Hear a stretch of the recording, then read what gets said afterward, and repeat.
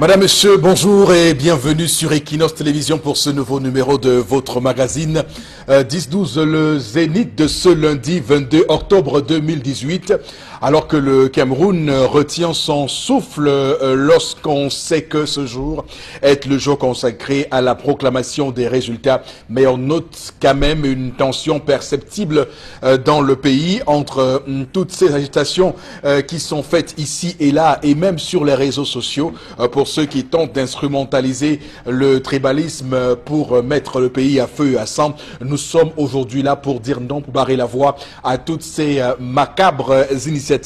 J'aimerais ici vous rappeler les propos de Ruben Omniobe à travers une lettre adressée à André-Marie Mbida. C'était en 1957, précisément le 13 juillet. Omniobe disait ceci, et je cite: « Le tribalisme est l'un des champs les plus fertiles des oppositions africaines. Nous ne sommes pas des détribaliseurs, comme d'anciens le prétendent.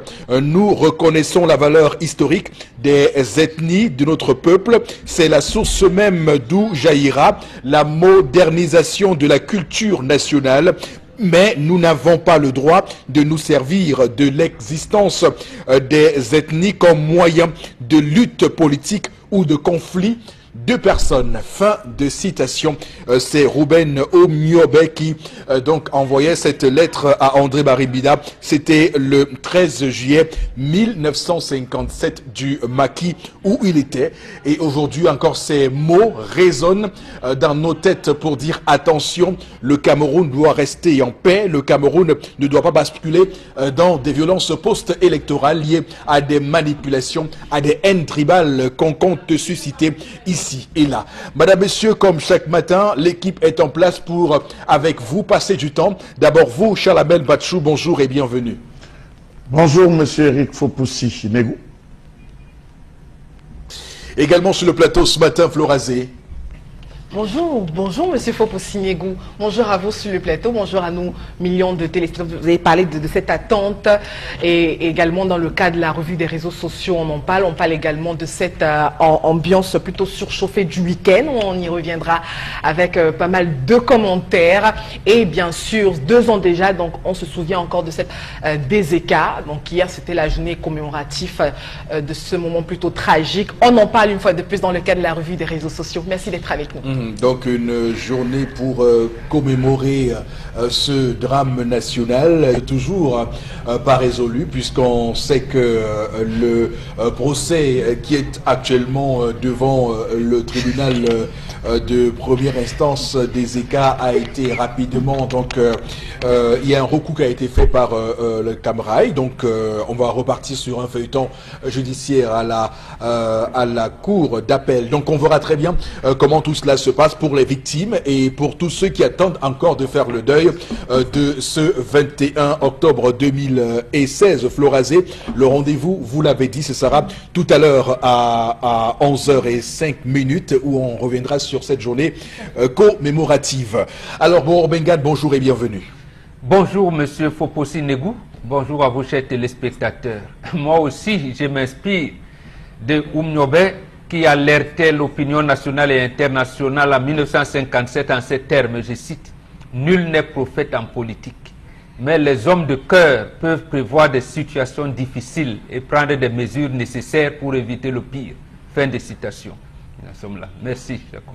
Voilà, donc on ose croire que nos leaders politiques écoutent donc ces propos, ces paroles de Ruben Omniobe qui résonnent encore très fort aujourd'hui pour que le Cameroun prenne le bon sens de l'histoire sans pour autant verser des larmes et des sangs. Hein, même s'il y a encore aujourd'hui des théoriciens du chaos qui pensent que ce serait la voie à suivre, mais on sait tous comment quand une guerre commence, mais on ne sait pas quand elle finit. Donc attention de ne pas raviver les violences et les haines dans ce pays.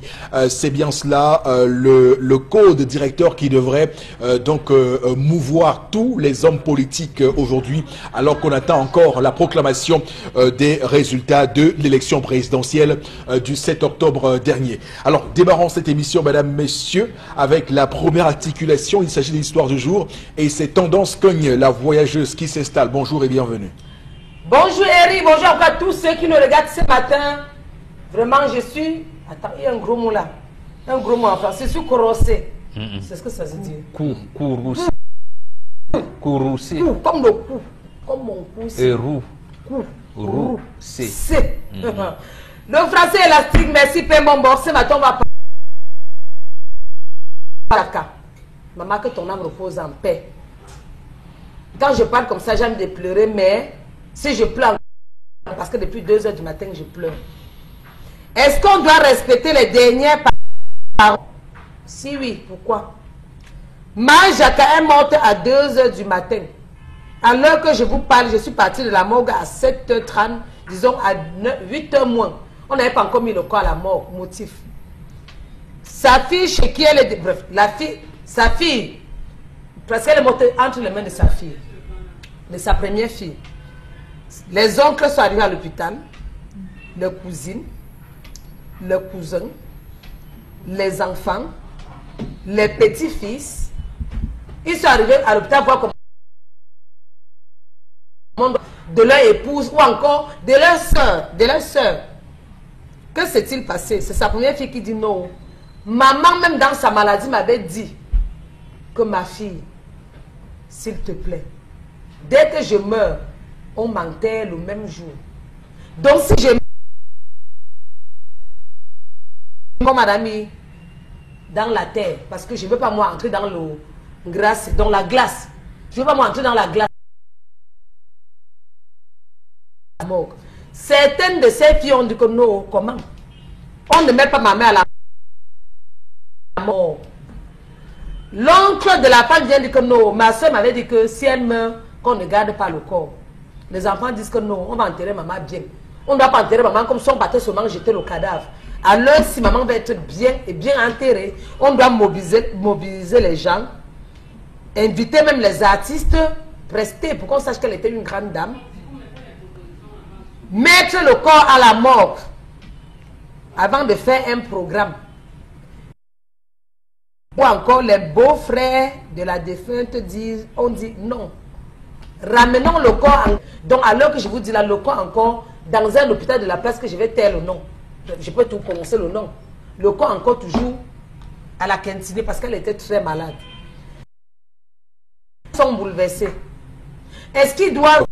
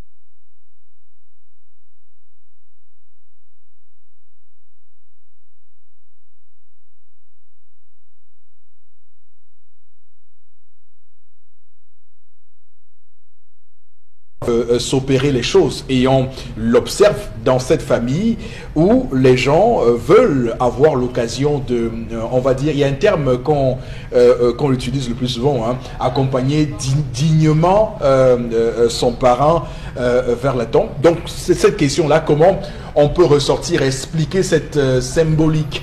Donc bon, Bengan, il y a plusieurs questions qui jaillissent de l'histoire de ce matin qui nous permettent d'explorer plusieurs pistes. Au-delà des dernières volontés, il y a également la question de la morgue. On ne sait pas trop pourquoi c'est pas la première fois qu'on a un défunt qui a pour dernière volonté qu'on ne mette pas son corps à la mort. Une seule variante, le respect dû aux morts. Que veut dire respecter les morts? Pourquoi on s'incline devant la dépouille? Pourquoi quand on est à côté d'un cimetière, on adopte une certaine attitude? Justement, c'est ça qu'on ne veut pas comprendre. Et quand on renvoie, vous avez dit, les dernières volontés. En fait, les dernières volontés devraient être strictement respectées. Strictement respectées. Ici, bon, ce n'est pas une famille musulmane. Enterrez-moi quelques heures après un enterrement. Ça veut dire qu'en fait, elle n'est pas loin de Douala où se trouve sa fille. Quand elle donne jusqu'à l'heure, il ne doit pas mettre long, on n'est pas loin. Maintenant, le problème c'est il faut respecter stricto sensu ce qu'elle a dit. Les aménagements peuvent être faits au niveau de différer l'heure. Elle a dit 4 heures après mon décès, enterrez-moi. Bon, il peut arriver que on n'ait pas respecté les 4 heures et qu'on l'ait enterré un jour après. Là, c'est toujours respecté. Est-ce qu'on peut dissocier la cérémonie de l'enterrement réel? Est-ce qu'on peut le faire dans ce cas de figure? Qu'est-ce que vous apprenez à enterrer dignement? Justement, le terme comme enterrer dignement n'est plus respecté parce que vous ne savez même pas, ou alors les gens qui le disent ne savent même pas ce que représente la mort. Il y en a, comme vous l'avez souligné, il y en a qui vous disent les morts, ils sont morts, sont partis. Mais tenez-vous tranquille. Vous égratignez Florazé, hein, souriez un tout non, tous les chrétiens et ses amis chrétiens. Mais ça, c'est, j'allais dire, il y a un peu de l'hypocrisie dedans. Oui. Parce que je pense que tout le premier dimanche du mois de novembre, les chrétiens catholiques vont poser, ils ont comment vous appelez ça, on allume les bougies et tout. Et même en Occident, où ils ont même commencé à le dire, ils viennent, chaque fois, ces recueils viennent poser les gerbes de fleurs. Mais alors, ils sont morts, pourquoi vous venez poser? Il y a donc cette ambiguïté, cet individualisme qui veut repousser les gens, ils pensent qu'ils ne sont pas là. Or, c'est même eux qui disent dans la Bible qu'il faut respecter ton père et ta mère. Donc ils ne savent pas cette maxime, la signification de cette maxime. Il faut respecter le mort. L'enterrer dignement, c'est respecter ses dernières volontés. C'est ça, l'enterrer dignement. Alors, mais qu'est-ce qu'on fait de la cérémonie en elle-même, de la logistique, de la préparation? Ça n'a rien, ça ne sert à rien. La logistique, là, c'est le mat-vu. Ça n'a rien à voir avec dignement. Parce que, en fait, lorsque moi je parle plus avec les morts qu'avec les vivants, j'ai ce débat généralement avec les prêtres et les pasteurs, me disent, mais attendez, je leur dis, si vous faites la même initiation que moi, vous allez vous rendre compte que votre papa, vous allez causer avec lui tous les jours. Donc, comment il va vous dire, comment, il doit avoir une communication. Peut-être que dans son maladie, elle a eu à rencontrer ses parents, ou même son mari qui était parti avant, qui lui a dit, Thierry, voilà, ne t'inquiète pas, voilà, ainsi de suite, ainsi de suite.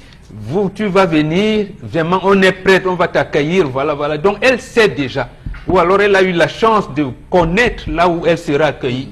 Parce que la mort, contrairement à ce que vous pensez, là-bas, on l'accueille comme un enfant qui naissait. Quand votre femme accouche, tout le monde applaudit. C'est comme ça qu'eux, ils accueillent le mort qui vient. Mais, surtout, le mort qui est, j'allais dire, programmé. On savait qu'il était en train de partir. Dans la symbolique de ce qu'on voit là, hein, est-ce que cet accueil-là, diffère selon qu'on l'ait enterré le jour même ou qu'elle ait passé une semaine à la morgue? Oui. Qu'est-ce qui change? Qu'est-ce qui change dans cette affaire? Quand un enfant naît, tout le monde veut voir l'enfant, non? Tandar nous raconte de Flora, si voir bébé, il faut que, pourquoi ça fait 3 mois? Et justement, c'est de la même manière. Moi, par exemple, si je meurs là, je n'ai pas une journée à passer sur terre. On m'attend. On m'attend. Donc, il faut que j'aille vite, que je me libère vite. Il faut que vous mettez mon corps sous terre et je libère mon esprit. Je vais continuer le travail.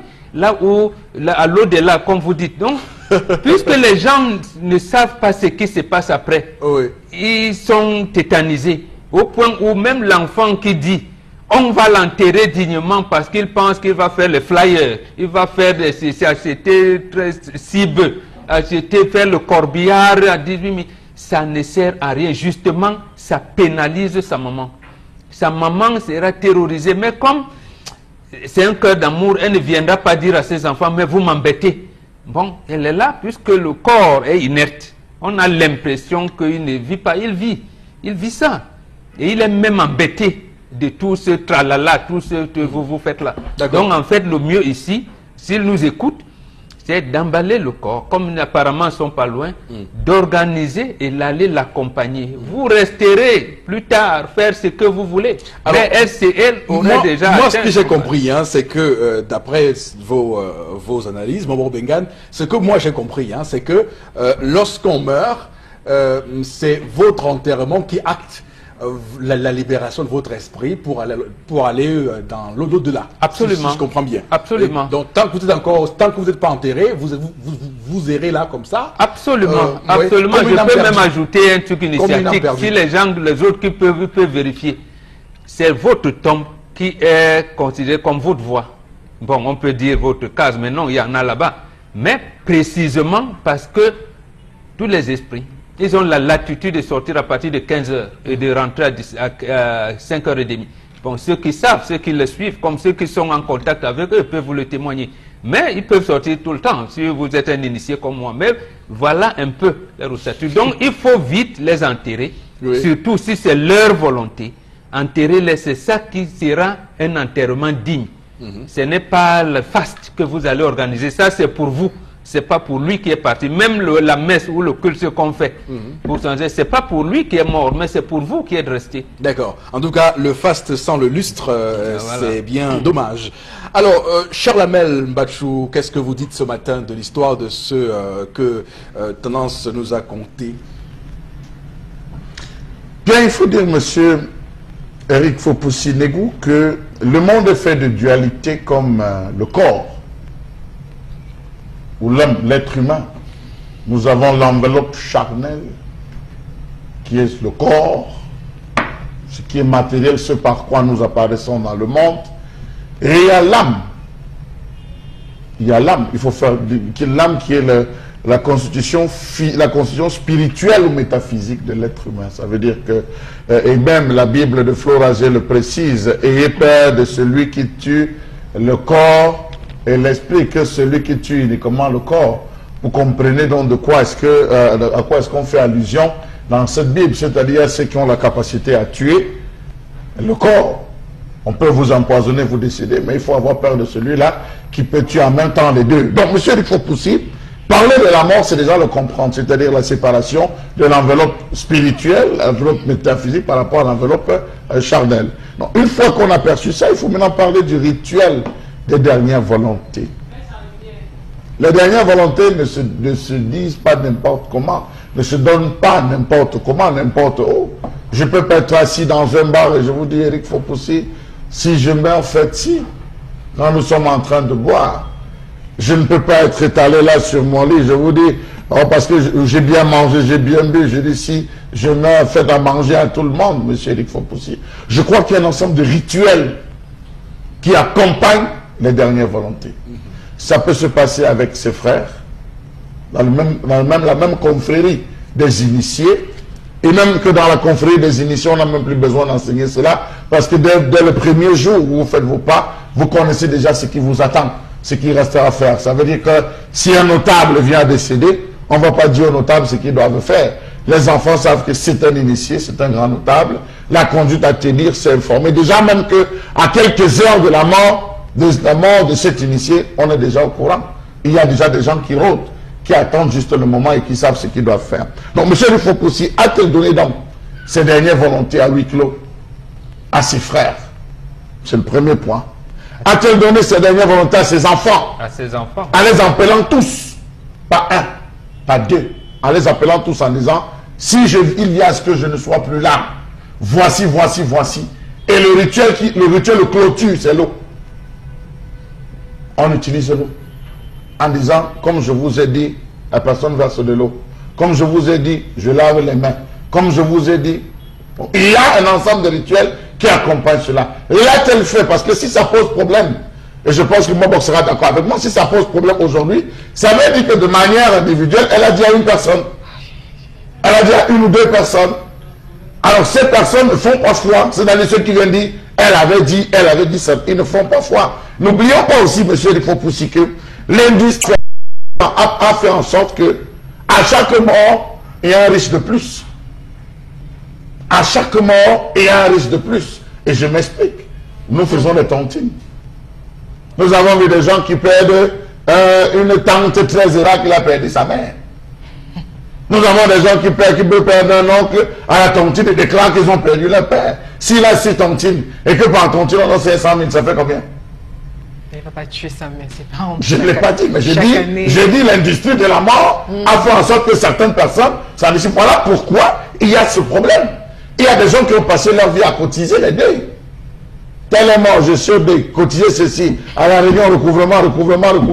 Les cheveux ne font que s'arracher sur sa tête parce qu'il n'y a plus personne qui va décéder. Donc lorsqu'il y a une occasion comme celle-là, il transpose. Oui. D'office en disant que telle personne, il essaie d'en tirer profit. Oui, il va tirer profit. Oui.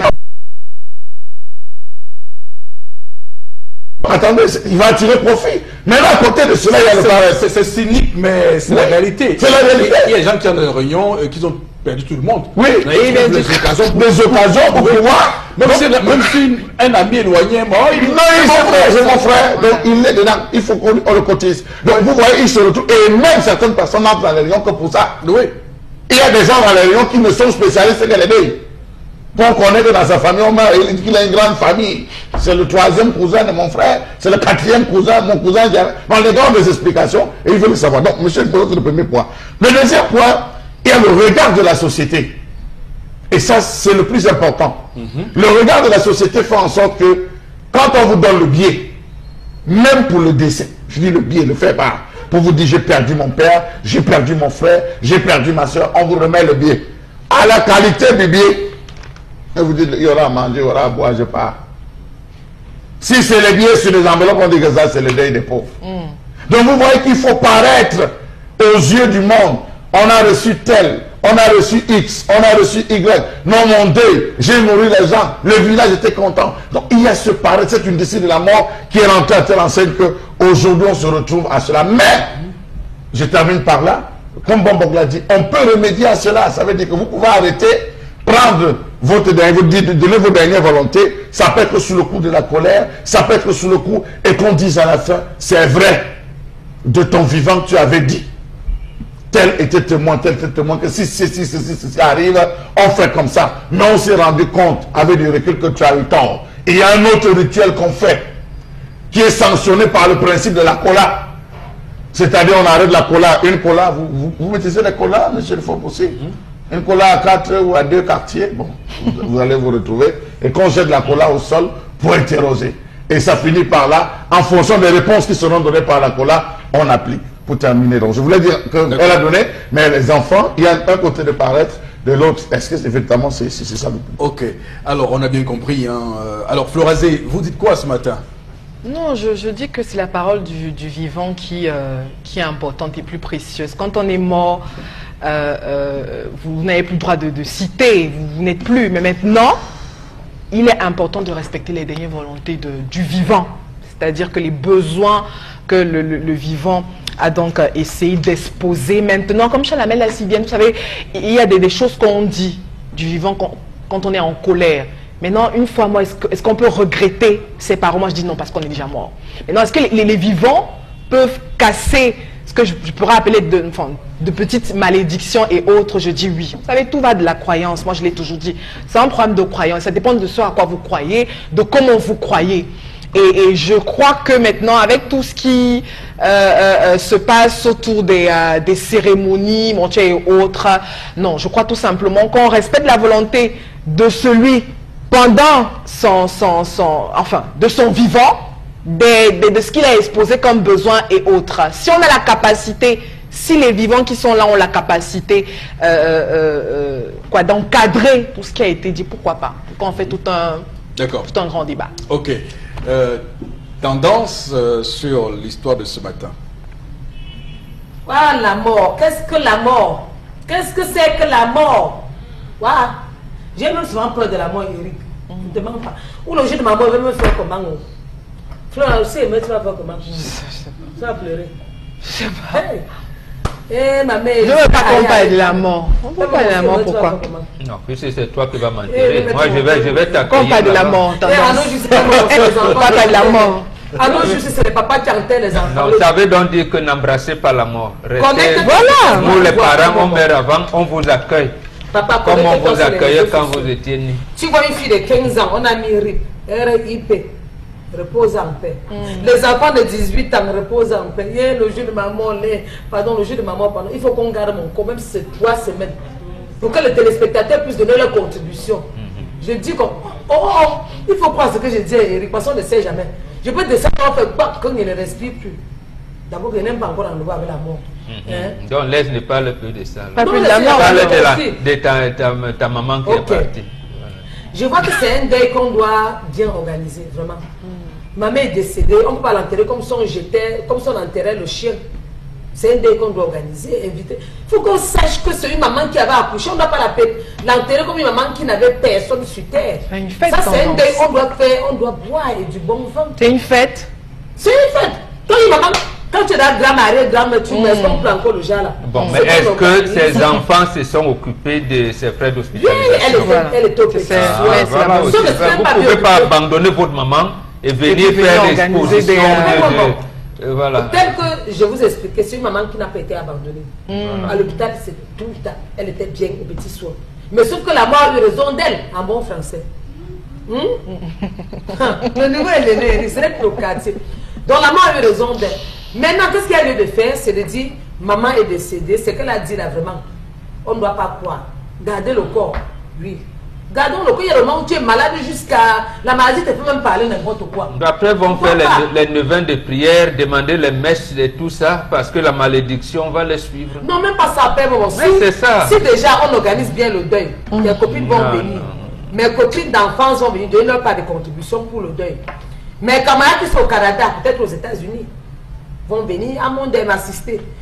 Au lieu d'appeler une copine pour dire que, hé maman, comme tu vois, la maman est morte, on a d'enterrer, ça ne sonne pas bien. C'est bien de dire que ma mère est morte, on a mis le corps à la mort, ça va faire 1 mois, on va enterrer une fois, faire les funérailles, ou encore on va enterrer, manger, faire danser les gens. Organiser. On a une mère, on n'a pas 2 mamans dans la vie. Le deuil du maman, c'est un deuil qu'on doit organiser, pas comme le deuil de... Je peux me dire quoi? Non, les mots me manquent. Ça, c'est... On doit manger, donner à manger au village, à tout le village, donner à manger aux notables même, donner à manger aux passants. Chacun doit manger et boire. Ça, c'est beau au Cameroun. Une maman qui accouche, on n'a pas... D'abord, quand tu meurs, tu ne dépends plus de toi. Oui, quand tu meurs, on sait que tu es morte, toi la mère. Mais ce qu'on doit faire maintenant, c'est de bien canaliser pour que ton cercueil soit comme ça. Pour que l'habit qu'on porte sur toi soit comme ça. Pour t'accompagner à ta dernière demeure, on ne met pas pour rentrer le lendemain. Non. Comment on ne revient plus? Est-ce qu'elle ressent On ne tout peut ça, plus tendance? mourir et revenir. En dehors du revenant, tu avais dit quoi? Du revenant de Ndokoti et de Banga. Comme on meurt, on ne revient plus. L'année du revenant de Ndokoti, il a dit qu'il voulait le gâteau qu'on avait un jour. Il faut voir comment les gens le filmaient. Le gars disait comment il travaillait au Nigeria. Donc, maintenant, il faut donc intégrer qu'il y a une vie après ce que vous appelez mort. Bref.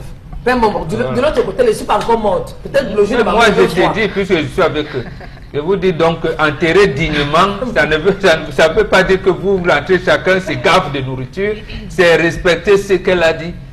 Non, je pense qu'elle Elle a dit, maman, 4 heures, c'est mieux, peut-être on va t'enterrer demain. Mais comme tu évitais la grâce, on ne te met pas La la grâce, mort. c'est la glace. Voilà, on va t'emmener, voilà. On va D'accord. t'enterrer. Ok, très bien. mieux on te garde ma terre. On va t'enterrer comme une femme digne. Comment? D'accord. Ok, on va aller Ton prendre bébé, c'est quelques... bien. On va aller prendre quelques messages avec Florazé. Florazé, nous sommes à votre écoute. Alors, la première réaction de ce matin est de Valérie à Marois. Il faut respecter la dernière volonté de la dame. Pourquoi faire tant de spectacles? Il faut plutôt penser aux vivants, aux enfants, aux petits-enfants. Comme on le dit, la guerre, c'est devant. C'est Valérie qui réagit à Marois. Une autre réaction ce matin, il faut respecter la dernière volonté du mort. Ce ne sont pas les... Hein? Ce ne sont pas les morts, c'est Nestor Mekumu qui réagit. Une autre réaction, tout ce qui vient à même les animaux, l'esprit c'est le souffle de vie. Une autre réaction, franchement, que cette famille enterre cette dame selon sa volonté. C'est même pour leur intérêt. Une autre réaction, si garder le corps est c'est pour de grandes cérémonies dignes de ce nom, enterrer donc comme a voulu la défunte depuis, et puis faire le reste plus tard. Une autre réaction ce matin, je conseillerais à la famille de respecter la dernière volonté de la dame. C'est très important. J'ai vu des maisons, des familles dans le désastre. Après n'avoir pas accompli la dernière volonté. Notre réaction. Je pense qu'il faut apprendre à respecter les dernières volontés de nos défunts. C'est important. Une autre réaction. Alors, la Terre, on sait très bien organiser certaines commémorations après les morts. Les morts vivent en nous, donc ils nous accompagnent partout. D'accord. Même le culte qui accompagne la mort, lui, il n'est plus. Ok, merci beaucoup à vous, chers téléspectateurs, pour vos nombreux messages sur Equinox Télévision. L'émission va se poursuivre avec la colère de Charles Hamel. Nous sommes de retour dans un court instant.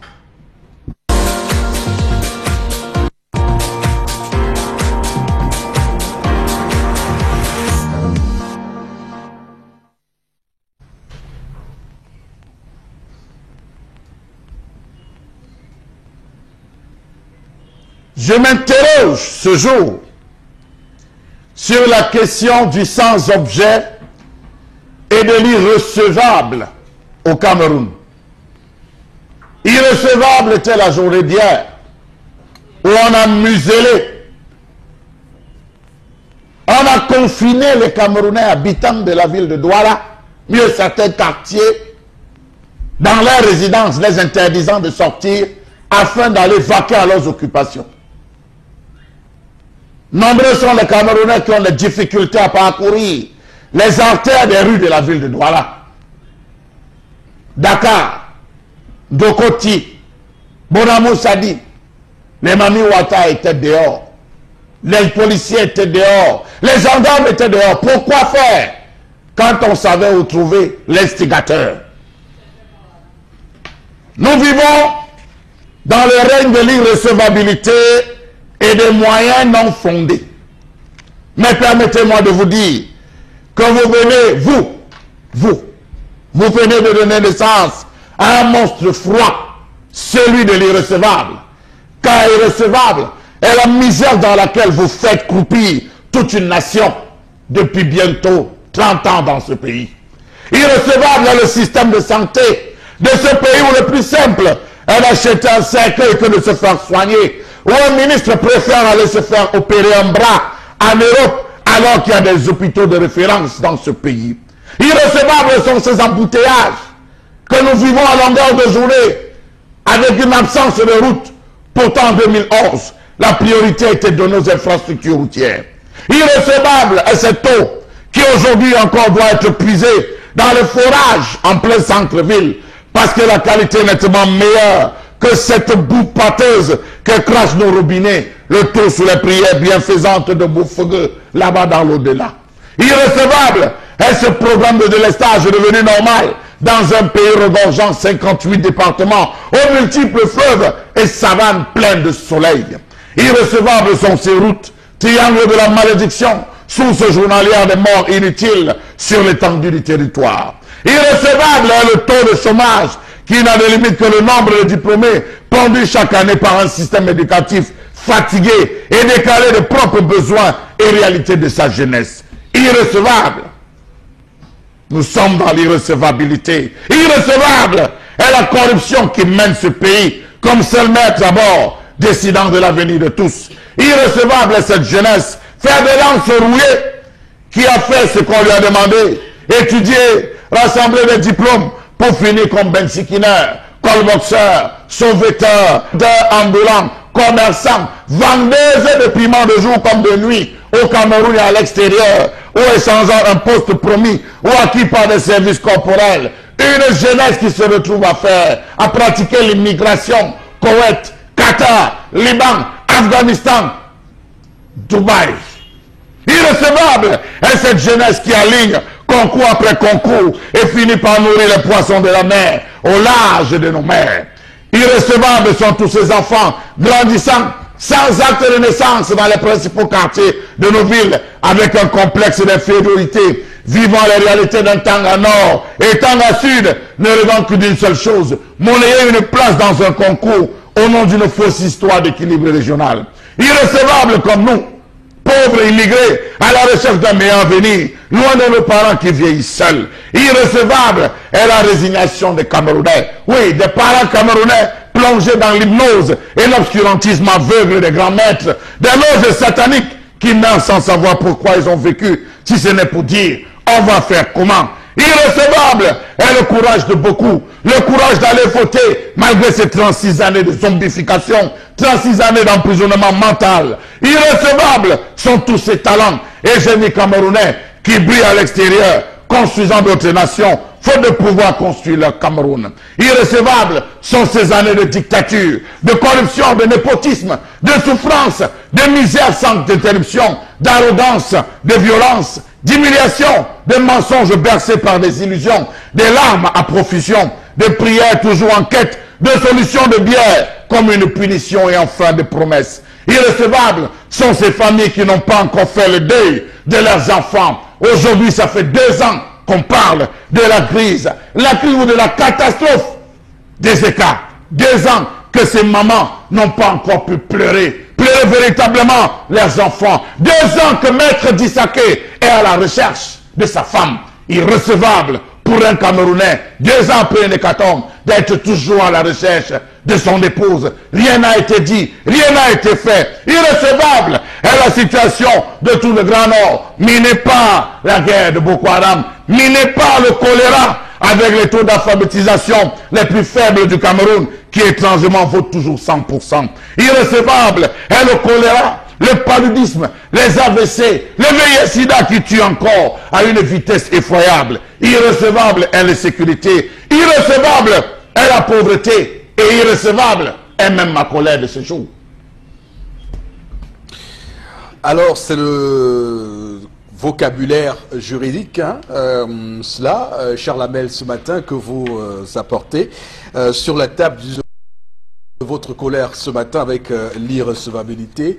Et on a beaucoup entendu lors des audiences du Conseil constitutionnel des termes comme moyen non fondé, moyen non allégué, non articulé, non justifié au final. Donc toutes ces questions-là qui vous ont permis d'ailleurs de faire une peinture de la situation du Cameroun, de toutes ces misères, de tous ces malheurs, que nous vivons au quotidien sur le plan social, politique et économique. Et on comprend très bien que l'irrecevabilité peut être transposée où vous nous avez mené ce matin au regard de du niveau et de la qualité de vie des citoyens. Alors, Boro Bengan, vous, qu'est-ce que vous dites ce matin?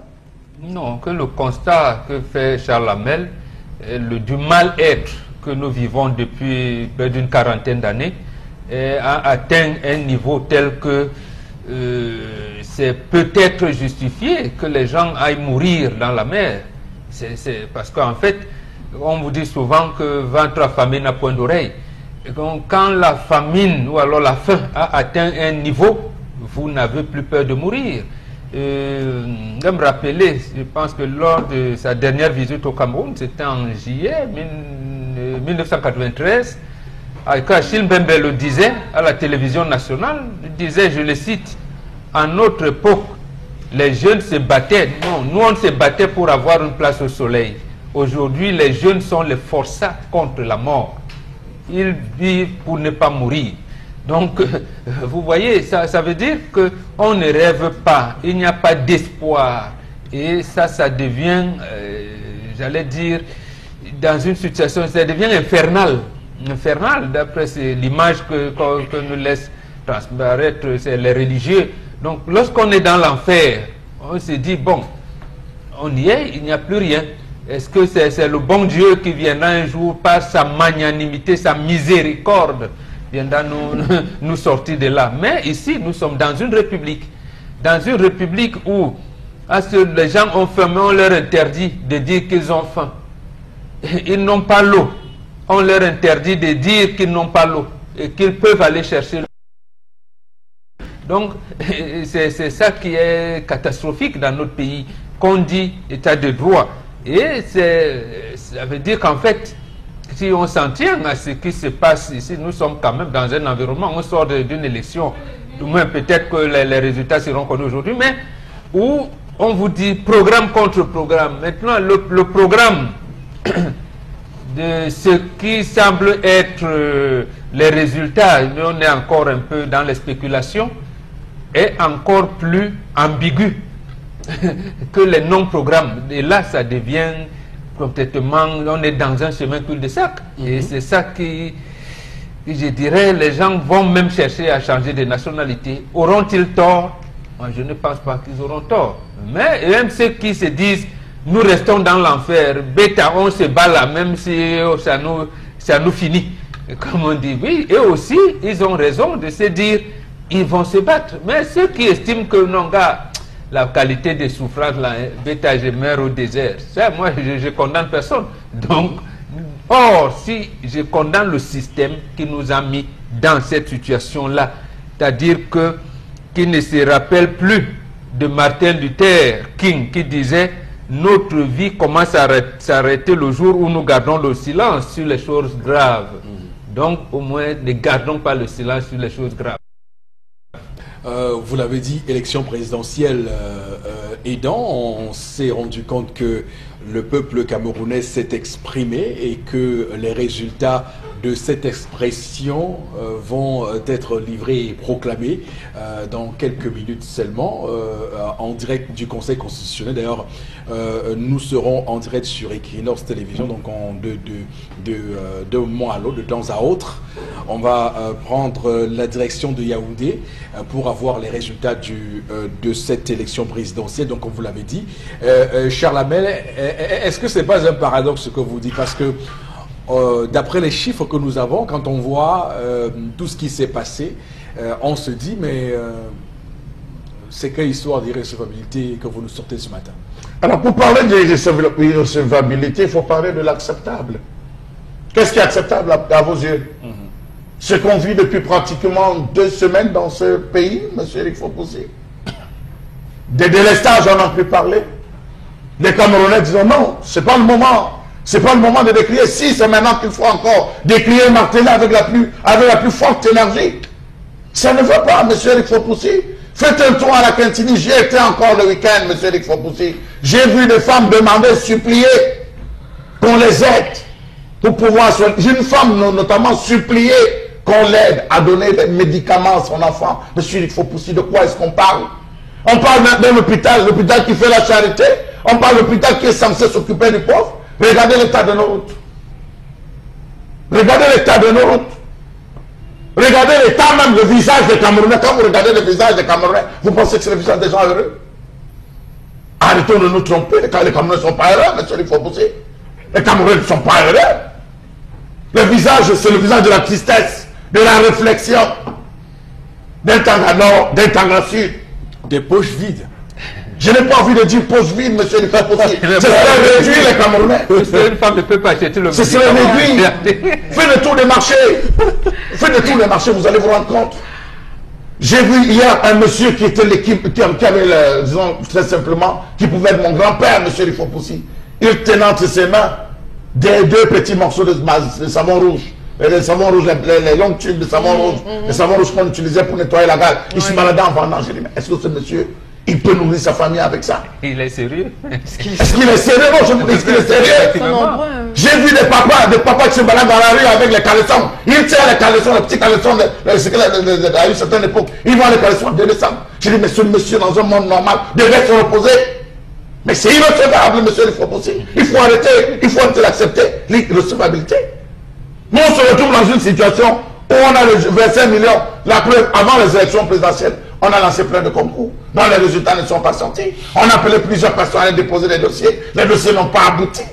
Mais alors, posons-nous les bonnes questions. C'est vrai que ça réside dans la capacité de séduire, mais à un moment donné, il faut dire c'est pas bon. Et se regarder dans les yeux en disant il faut que ça change, monsieur, il faut pousser. Alors, c'est intéressant parce que nous entamons le septennat des grandes opportunités.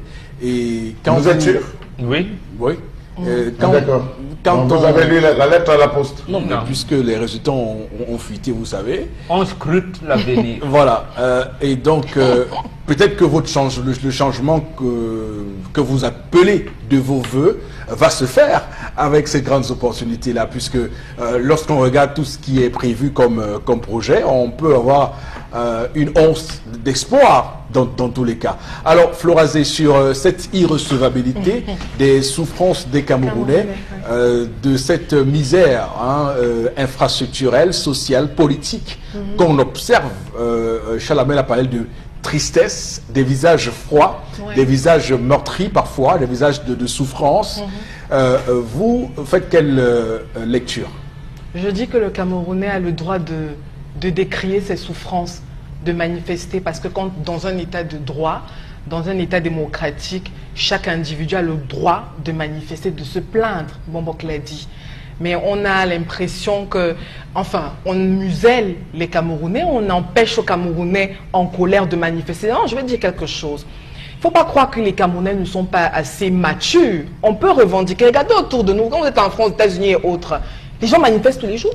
Les gens font grève tous les jours pour manifester un certain nombre d'incongruités, mais c'est bien encadré. Quand on pense que si on sort dans la rue pour manifester son courroux, c'est forcément parce qu'on va vouloir casser, etc. et autres. Non. Je dis également non à la manipulation. Je dis également non à la manipulation des consciences qui peut peut-être envoyer le Cameroun encore plus sombre qu'il est. Mais je dis que les Camerounais ont le droit justement de manifester parce qu'on le fait ici tous les matins. Pourquoi vous ne voulez pas également que tous les jours, que les enfants, que les jeunes, vous avez vu également au cours de la campagne électorale, comment les partis d'opposition ont ramené de la foule, ont ramené des jeunes et qui parlaient, qui ont manifesté un certain nombre de choses, de doléances, puisqu'on parle de changement avec Fopoussi. Donc je crois que on va traverser une étape peut-être, mon oncle l'a dit, dans l'inconnu, mais il faut qu'on reste focalisé sur ce que nous, Camerounais, avons besoin. Nous avons encore besoin du changement. Mais est-ce que les jours qui viennent, nous, Camerounais, sommes préparés à manifester, à contrecarrer, à dénoncer et à encore se rouer, s'inscrire massivement sur les listes pour changer l'état des choses. C'est-à-dire qu'il ne faut pas qu'on change d'objectif. Il ne faut pas qu'on nous manipule comme quoi nous sommes faibles, etc. et tout. Non! Parce que justement, de notre côté, on a certes des forces de l'ordre qui, chapeau, font très bien leur travail, qui jouent leur rôle, mais je pense que dans la cellule psychologique également, il faut qu'on prépare nos forces de l'ordre aussi à être, c'est-à-dire à vivre un certain nombre de manifestations pacifiques dans ce pays, sans toutefois qu'il y ait brutalité et autres. Moi, c'est ma contribution ce matin. C'est-à-dire que même pour dénoncer un certain nombre d'incompatibilités, il faut se sacrifier. Et quand je dis sacrifier, ça veut dire qu'il va falloir poser un certain nombre d'actes, poser un certain nombre d'actions pour attirer l'attention des uns et des autres.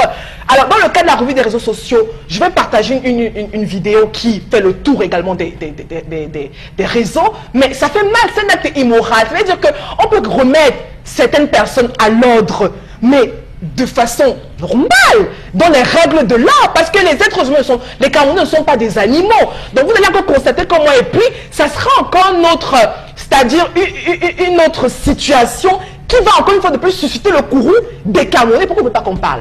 Pourquoi on ne veut pas qu'on se plaigne? Alors, Florence, c'est compris. Alors, j'aimerais juste à votre suite dire que le Cameroun, quand même, en la matière, on a quand même des officiers de police d'une certaine niveau. Je l'ai dit, j'ai dit chapeau, oui. Et qui font un travail remarquable d'ailleurs. Oui, je l'ai dit, non, mais maintenant, moi, je l'ai dit. Qui font un travail remarquable. Maintenant, après, vous savez, toute police est sous des autres. Ils ont des autres. Donc, il faut tenir compte de cela, mais au final, c'est des hommes et des femmes qui ont des familles comme vous et nous et qui, évidemment, travaillent au quotidien pour que le pays avance. Ça, c'est ce qu'on peut dire.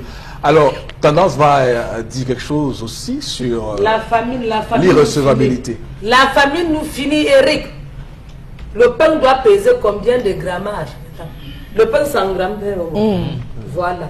Moi seul, je mange 3 pommes, je ne ressens rien. Il n'y a plus de miel à l'intérieur. Donc quand tu prends le pain, tu froisses comme ça. Tu fais ça, ça finit.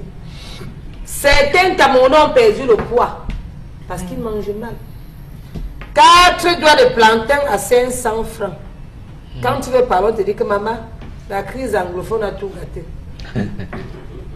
Un paquet de légumes folons à 250 francs. Ce que tu trouves à 250 francs, quand tu veux discuter, on dit associe-circule. On ne te supplie pas au marché. Où sont passées nos bananes de Penja qu'on trouve maintenant 7 doigts à 200 francs? 7, mais c'est... 7 petits doigts de bananes à 200 francs. C'est beaucoup, hein. 5 gros doigts à 200 francs. Vraiment, dis-moi un peu. Certains Camerounais ne mangent pas. À notre époque, on mange vendait maintenant que le bourrati. 9 à 25. Ouais. Vraiment bon. C'est révolu. J'ai dit que le berry va prendre tous les 9 doigts à Camerounais. 25 francs. Le berry. Parce qu'on mange le riz, on transforme ça à tous les niveaux. Aujourd'hui, tu manges le riz avec la sauce blanche. Le lendemain, tu fais le riz avec le riz tomate sans rien, sauce tomate sans rien. Parce que 2 maquereaux d'abord, c'est pas 500 francs, 2 petits maquereaux. Après, on va laisser, tu veux pas, tu laisses. Le poisson qu'on mange maintenant, jusqu'on est même fier, c'est la morue. Et on dit que ça n'a pas le goût. Je ne sais pas. Je prépare seulement. Ce que j'ai fait maintenant pour que mes enfants ne passent pas le temps à se plaindre que maman, mon poisson est petit. Ta peau. Tiens, il va bien petit. Achète-moi que le goût. Ta recette. C'est la peau. Quand j'achète pour copain, il divise. Ta recette favorite, oui, j'achète moi que la peau. J'ai vu pour moi les bruits dans mes os. J'achète la peau. Ouais. Quand j'achète pour 1000 francs, 2 petits morceaux. Je coupe petit. Comme un jamin, donne encore autre morceau. Ça fait 3 petits comme ça. Non, c'est bon. Libérer. C'est bon. Alors, pour ceux qui sourient, ça peut faire sourire les gens, mais c'est... Ce n'est pas pour arriver. C'est l'expression de quelque chose... C'est C'est l'expression de quelque chose d'assez positif dans l'esprit des Camerounais, c'est qu'ils ont compris. D'ailleurs, le président Paul Biya parlait de résilience. Il y a chez le Camerounais une capacité de résistance face à la souffrance qui est tout à fait questionnable et tout à fait remarquable. Madame, Messieurs, on va marquer une courte pause à cette émission, revenir dans un court instant pour engager la deuxième partie de l'émission, tout en ayant l'esprit rivé vers Yaoundé, où le Conseil constitutionnel va évidemment nous livrer les résultats.